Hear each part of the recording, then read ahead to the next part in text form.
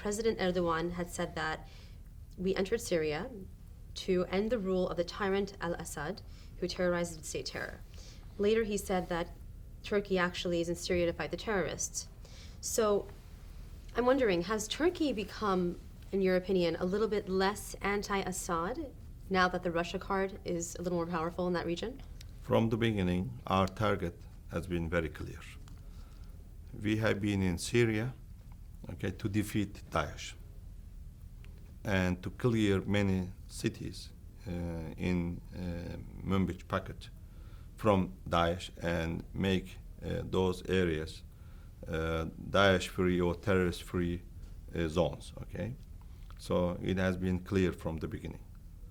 And our position on Assad or regarding Assad has been also very clear. And Assad has killed more than itself 600,000 innocent people. And this regime, Assad, used chemical weapons. It was a red line for all of us. And they used chlorine gas and barrel bombs and everything to kill the people. Very inhumane. So are we going to legitimize such regime?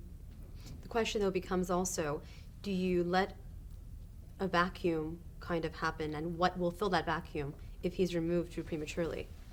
Well, there will be no vacuum if the political process works. Meanwhile, we need to defeat Daesh. Tomorrow we will have this coalition meeting, and there are 68 countries. We still don't have a predetermined strategy. That is another story.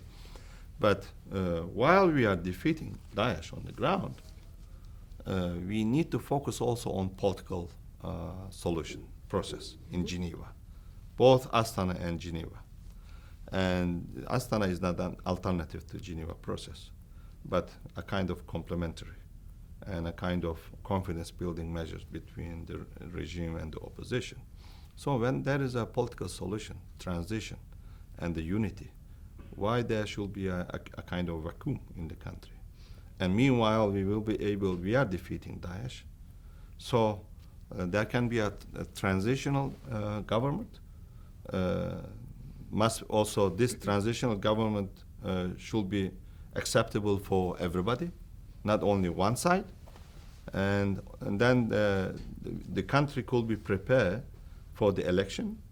According to the UN Security Council Resolution 2254, 3 working groups should be convened on transition, constitution, and the election. So at the election, let the Syrian people to decide who is going to rule the country and the composition of the parliament.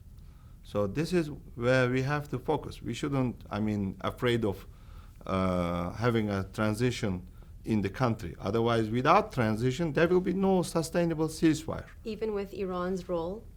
Iran's role is over there very clear, is dominating, not only in Syria, but also dominating the politics in Iraq.